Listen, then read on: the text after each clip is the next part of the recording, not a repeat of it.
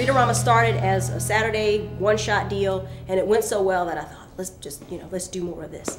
And so Read-A-Rama, I believe this is the 16th Read-A-Rama that we've had, and the turnout is generally very good. This is the first Friday we've tried, but it's not unusual for us to get 80 to 100 kids who come. A lot of parents are repeat customers. They come back, bring all of their kids, and that's just a wonderful thing to see. A lot of the kids have also grown from doing picture books, and now they're reading novels. Well, it gives them a chance, first of all, to come into the community and not just in the classroom with the students that they're used to every day in a classroom.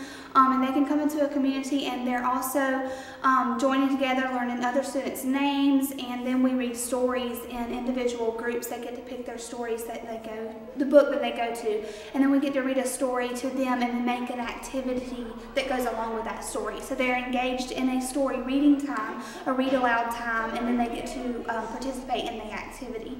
Some of the most popular programs have been Read-A-Rama Spooktacular, where all the kids got to come the week before Halloween, dress up in their Halloween costumes, and not only did they get to do lots of books that dealt with Halloween, but they also at the end got to trick-or-treat them, so they got trick-or-treat ahead of time as well. Last fall we had Read-A-Rama Animalia, so everyone had to come dressed up as an animal. Sometimes there's a dress-up theme for Read-A-Rama Manja Manja, which was all about food. All the books were dealing with some sort of food or some aspect of cooking. Kids came in, and to start off with, we did some songs and some rhyming things with them to get them excited about what we were going to be doing. And then all the children went to different stations, and it was a different book at each station, and it was a different craft for each book. The kids come up with fabulous stuff that's way beyond my wildest dreams about what they might come up with.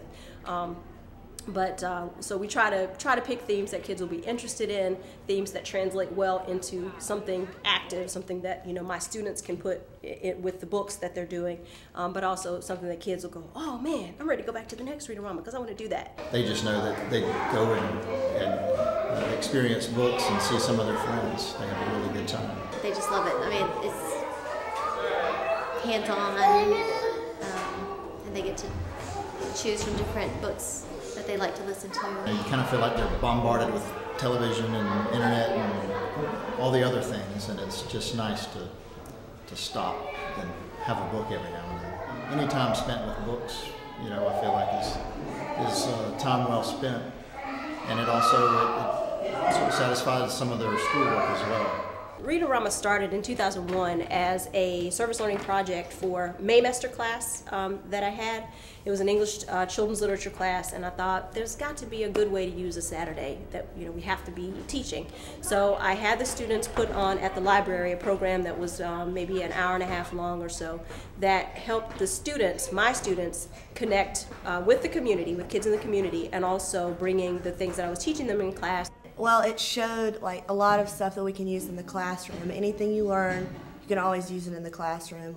And it just a lot of books and the crafts that go with it. I know that I'll use them. It was also great to just get to work hands-on with the children. Anytime that you get to work with children and kind of lead them through things can only help you and prepare you better for when you're actually in the classroom full-time. We got to come out and actually work with kids. We didn't have a teacher standing beside us. We chose our own book, we chose our own activity and created that activity.